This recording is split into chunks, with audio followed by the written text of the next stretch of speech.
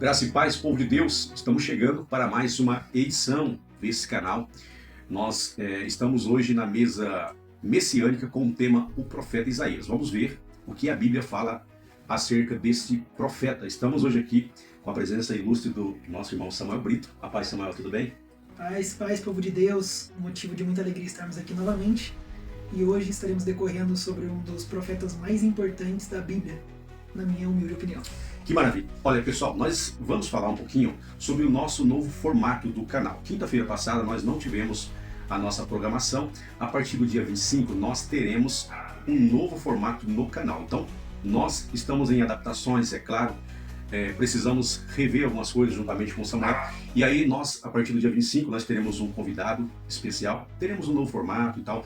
Nós iremos crescendo aos poucos. O canal é novo, está começando, e nós conversamos algumas coisas, entendemos que foi necessário darmos uma parada nos vídeos, mas nós temos vídeos curtos todos os dias. Então, entrem no nosso canal, os vídeos são postados diariamente, de 8 a 10 vídeos por dia. Já temos 2 milhões e 300 mil views aqui nesse canal novo. Nós estamos trabalhando para que nós possamos ajudar a obra missionária, os irmãos em Malawi, África. Então se inscreva no canal, ative o sino das notificações, compartilhe, comente, faça tudo, porque é tudo gratuito. Bom, nós estivemos semana retrasada falando sobre um assunto aqui, que é o assunto de Jefté. É interessante, Samuel, que Jefté foi o 8º juiz de Israel. Na ocasião, eu iria pontuar essa parte, acabei esquecendo. Por quê?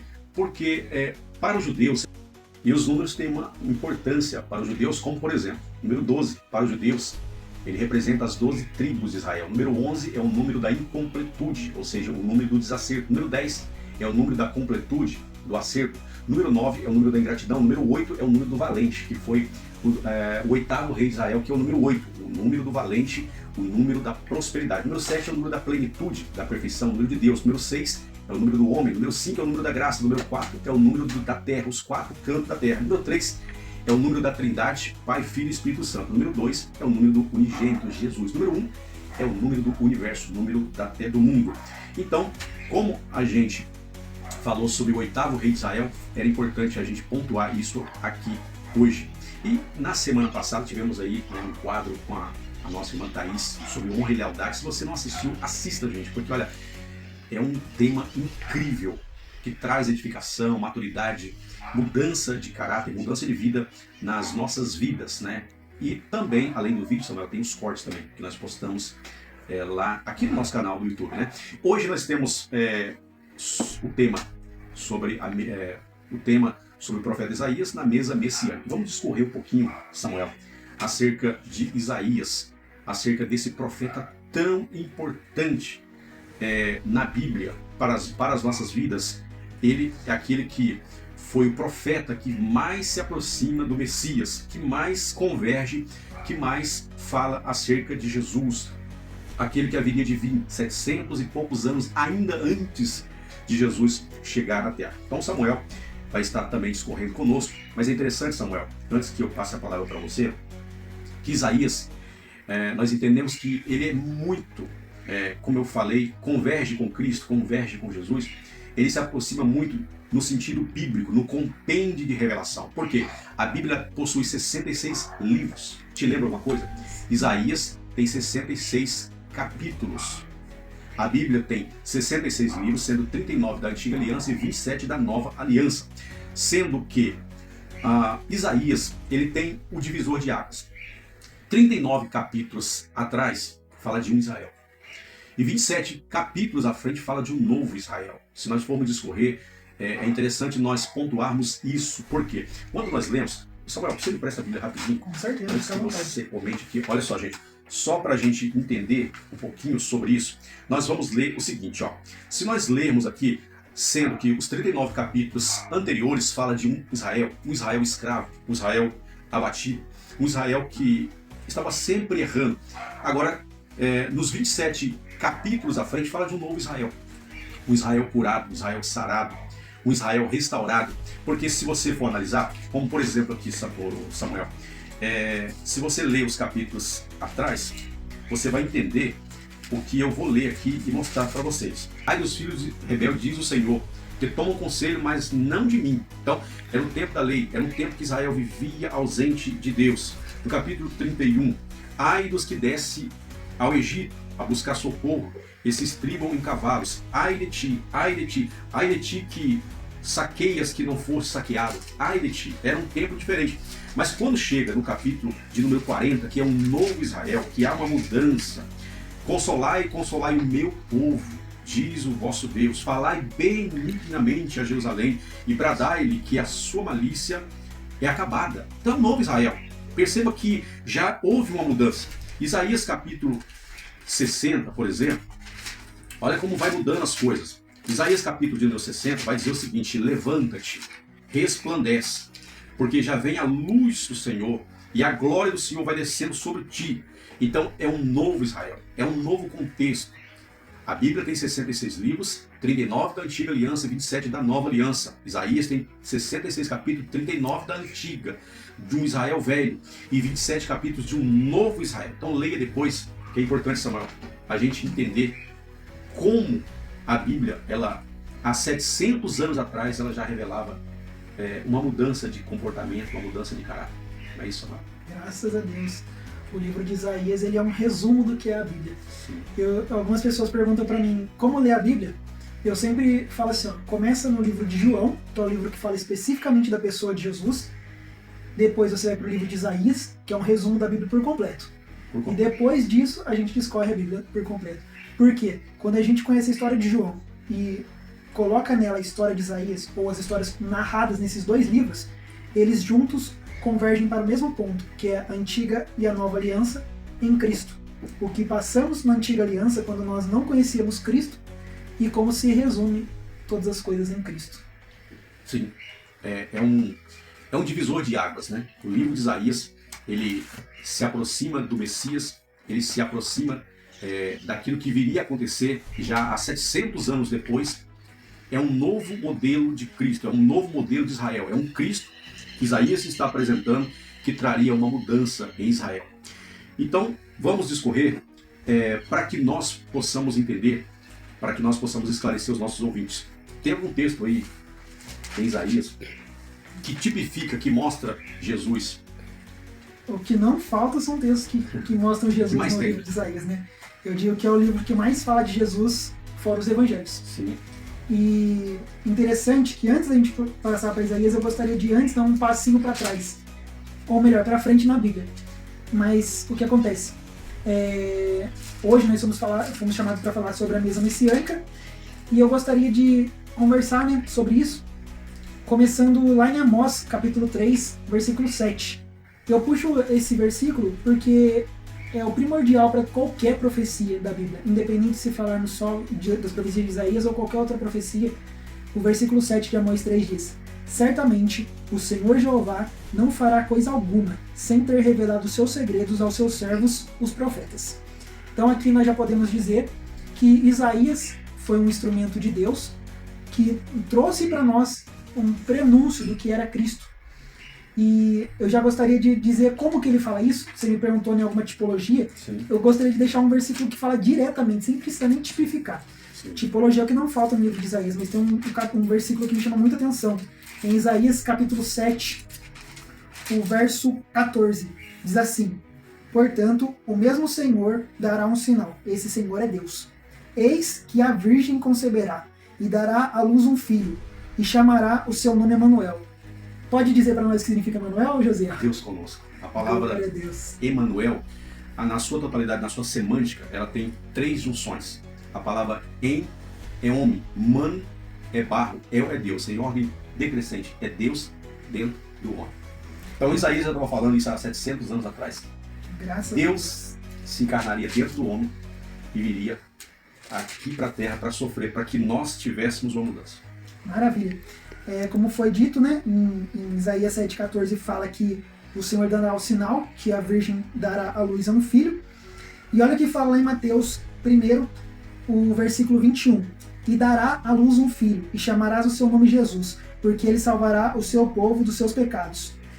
Tudo isso aconteceu para que se cumprisse o que for dito da parte do Senhor pelo profeta que diz: Eis que a virgem conceberá e dará à luz um filho, e chamá-lo-ão pelo nome de Emanuel, que traduzido é Deus conosco.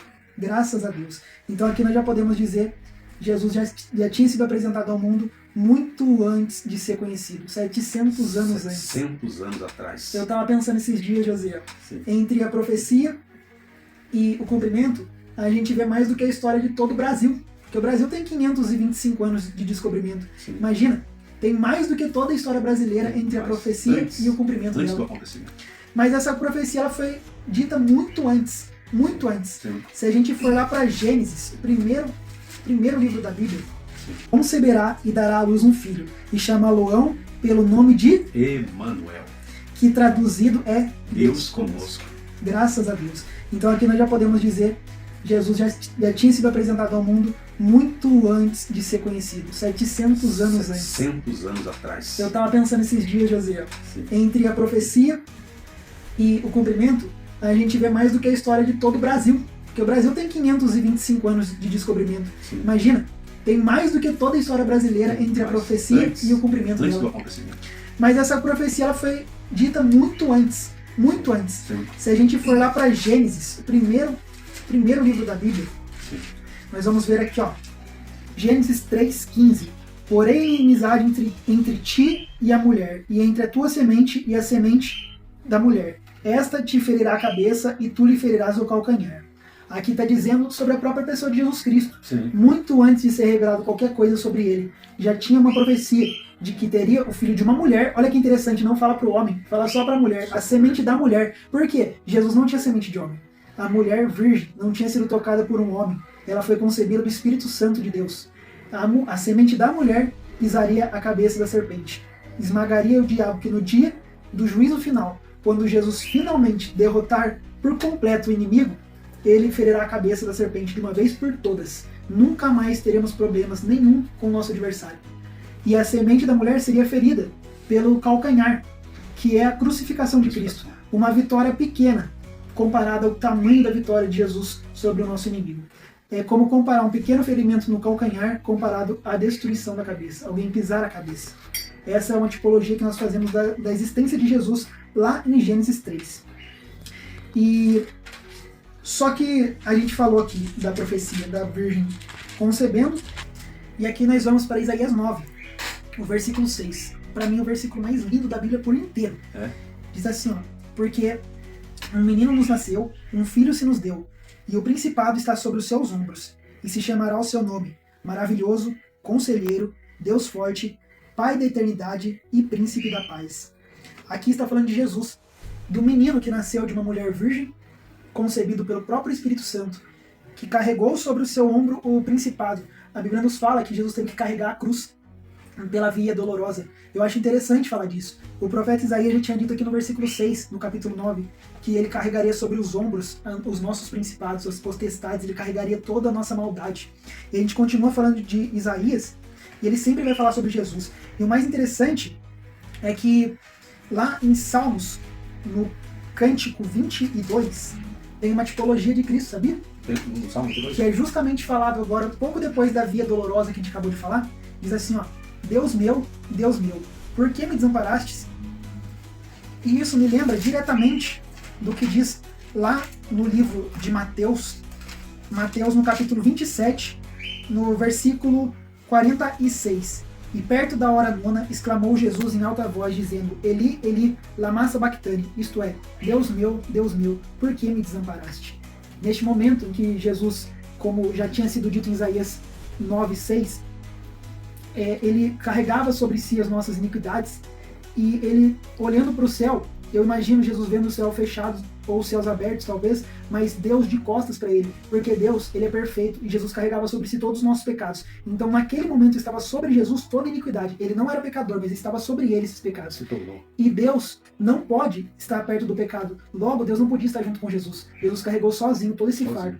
E eu acho interessante Jesus perguntando, por que me desampara, por que me esquece? Mas Jesus sabia que Deus não estava esquecendo dele, sabia que era uma pequena provação, mas alguém precisava ouvir para saber que ele estava falando do que dizia lá em Salmos, para alguém saber que Jesus ele estava levando aquilo que nós proclamamos, porque em Salmos somos nós, os seres humanos, clamando a Deus, por que nos desamparamos? Por que o Senhor desamparou a gente? Por que o Senhor virou as costas pra gente? Mas é para nós entendermos que quando nós estamos carregando o peso do pecado, Deus, ele não nos desampara, ele vira as costas pra gente. A gente pode achar que Deus nos desamparou, mas na verdade nós estamos carregando o peso daquele pecado. Só que Jesus, ele levou sobre si. Hoje não existe nenhuma oportunidade de Deus nos desamparar, porque já foi vencido o peso desse pecado. Sim.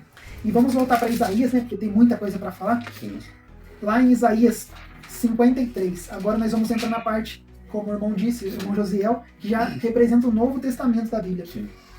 Porque até então, até o 39, falava sobre Israel, uma tipologia de Israel. Sim. A partir do capítulo 40, fala sobre a Nova Aliança, sobre o Novo Testamento, Israel e os escrito em gentios. Cristo. É isso? Exatamente. Israel e os gentios. E uma coisa que eu acho interessante é que a gente prega e muitas das vezes ninguém ouve. E isso ficou explícito na pessoa de Jesus. Para quantas pessoas Jesus pregou e quantas receberam esta palavra? A Bíblia fala que havia multidões, mas se havia uma multidão, era duas que não se compadeciam da palavra. E aí, o que nos diz aqui? O versículo 1 de Isaías 53. Quem deu crédito à nossa pregação e a quem se manifestou o braço do Senhor? É muito difícil da gente acreditar, né? Porque no 2, porque foi subindo com renovo perante ele, e como raiz de uma terra seca não tinha parecer nem formosura, e olhando nós para ele não havia boa aparência nele, para que o desejássemos. Nós olhávamos para Jesus e perguntávamos o que ele pode nos oferecer. Imagina a gente olhando para Jesus e perguntar o que o Senhor pode me oferecer, eu não vejo nada em ti. É o nosso tempo antes de conhecer a Cristo. No 3, era desprezado, mas indigno entre os homens, homem de dores, experimentado nos trabalhos, como um de quem os homens escondiam o rosto, era desprezado e não fizemos dele caso algum.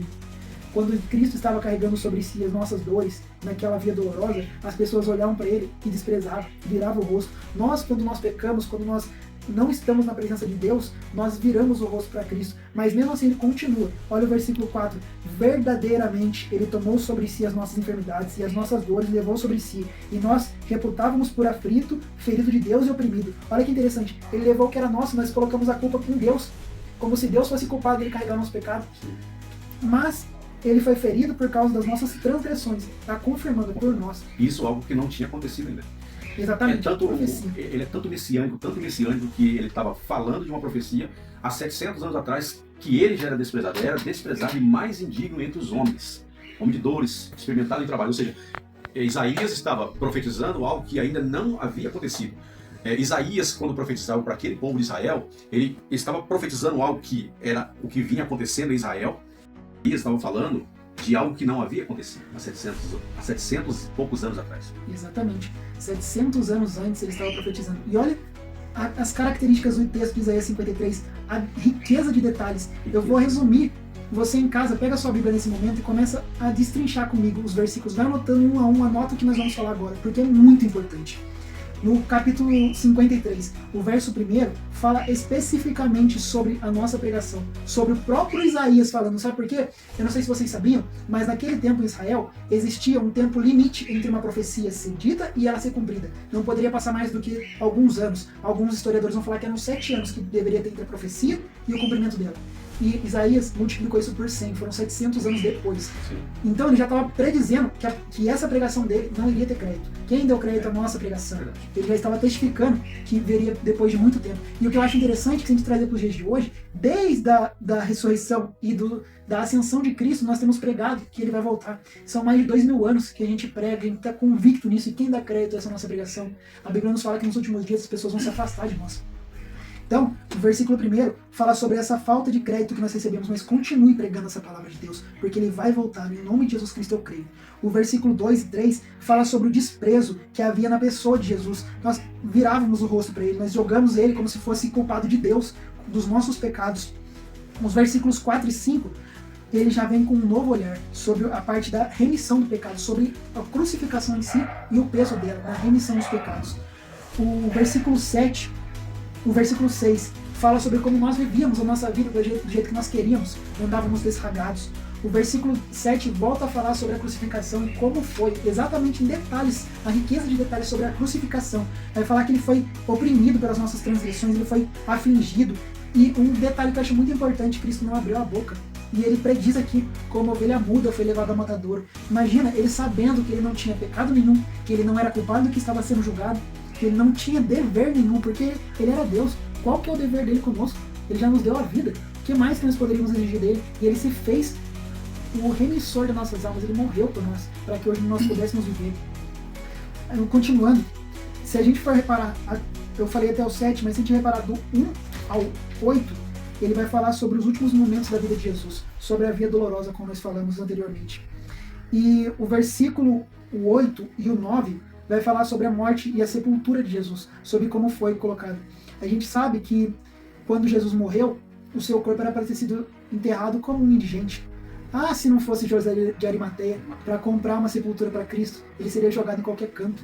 Seria totalmente desprezado, mas tinha um plano nisso tudo, porque Jesus precisava ser escondido o corpo dele, precisava estar numa sepultura trancada, selada, para que se mostrasse a glória dele, que ele vence todos os selos, todas as amarras, que nem a morte é capaz de segurá-lo. E o versículo 10, 11 e 12, que são os versículos finais, são os que me chamam mais atenção. Porque aqui nós falamos sobre esses últimos momentos de Cristo como homem antes da sua morte. Só que depois do versículo 10 em diante, vai falar sobre o porquê disso.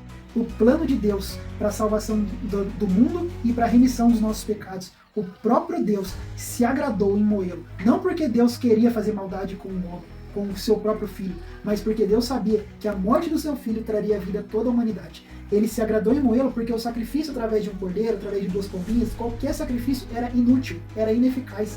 Não era capaz de vencer o pecado porque o animal, ele não venceu o pecado. O animal não tinha sobre ele o pecado. O animal não carrega sobre ele o pecado porque ele não vence o pecado. Agora precisava de um homem que nascesse, que estivesse sujeito ao pecado para vencê-lo. E assim vencendo também a morte. E para concluir, eu gostaria de voltar, onde nós já falamos em Gênesis 3:15. Diz assim: e porém inimizade entre ti e a mulher, entre a tua semente e a semente da mulher. Esta te ferirá a cabeça e tu lhe ferirás o calcanhar. Aqui, eu gostaria só de voltar aqui, porque eu quero levar a gente lá agora para Romanos 16. Romanos 16, versículo 20. E o Deus de paz esmagará em breve Satanás debaixo dos vossos pés. A graça de nosso Senhor Jesus Cristo seja convosco. Amém. É essa a nossa última esperança, o que vai se cumprir no Apocalipse. Cristo esmagando de uma vez por todas o nosso inimigo e, ao mesmo tempo, nós entrando para a eternidade, para o cumprimento da última profecia, que é a vida eterna, onde nós ganhamos ela na morte de Cristo. Glória a Deus. Que maravilha! Olha, gente, nós estamos hoje na mesa messiânica sobre o profeta Isaías. E olha, esse foi um tema que nós abordamos aqui e nós escolhemos assim bem rápido, né?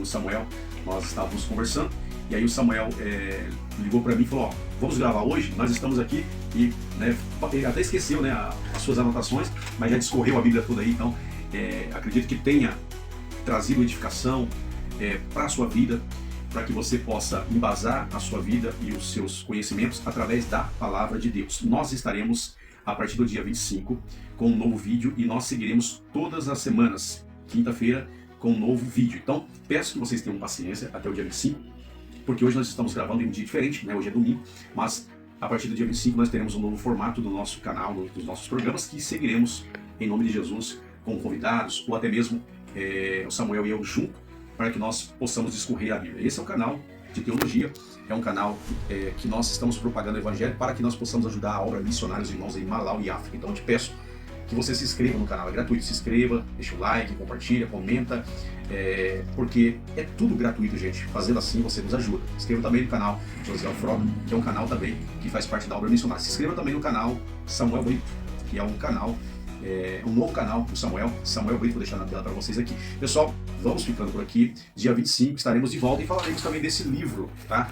Dia 25 falaremos a data que nós vamos sortear esse livro, que foi um livro que o pastor Vinícius, que é o diretor dessa editora, ele nos deu esse livro, nos deu um presente, né, que é esse livro, desvendando seitas e refutando heresias. Dia 25 nós vamos falar a data, mas você precisa comentar. Se inscreve, comenta, compartilha, que você vai participar desse sorteio aqui. Ok, pessoal? Samuel, suas palavras finais. Agradecer, né, primeiramente a Deus, depois ao irmão Josiel por ceder o espaço, abrir sua residência para nós estarmos aqui gravando. Agradecer a vocês que, com a sua contribuição, que é algo simples, se inscrever, deixar o seu comentário, deixar o seu joinha, foi o suficiente para essa obra estar crescendo muito. E hoje nós estamos nos preparando para algo melhor. Essas novidades que vão vir no canal, eu garanto para vocês, vai ser bênção para a vida de todos. E nós sabemos que Deus está agindo, que Deus está trabalhando em nossas vidas. Por isso nós pedimos, continue se inscrevendo, deixando seu joinha, seu comentário. E manda pra gente também temas que a gente pode discorrer. Eu queria deixar um agradecimento aqui ao Mestre Mauro, para quem assistiu a nossa live do nosso debate, que foi a primeira live que nós fizemos. Sim. Ele nos deu uma bênção, né, que foi um curso teológico, e gostaria de dizer que nós estaremos começando ainda essa semana e podendo trazer para o canal mais conteúdo cada vez melhor, com mais embasamento, com mais conhecimento, com agora base teológica, bagagem mesmo, para vocês.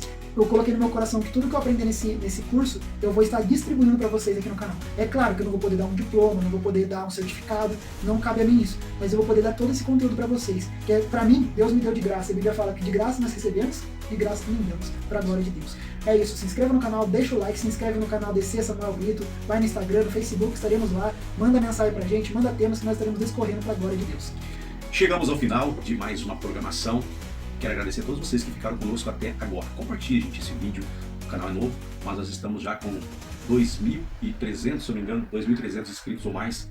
E já são quase 3 milhões de views. Então, nos ajude, continue nos ajudando. Deus abençoe todos vocês. Fiquem todos com Deus. Até a próxima. Tchau, tchau.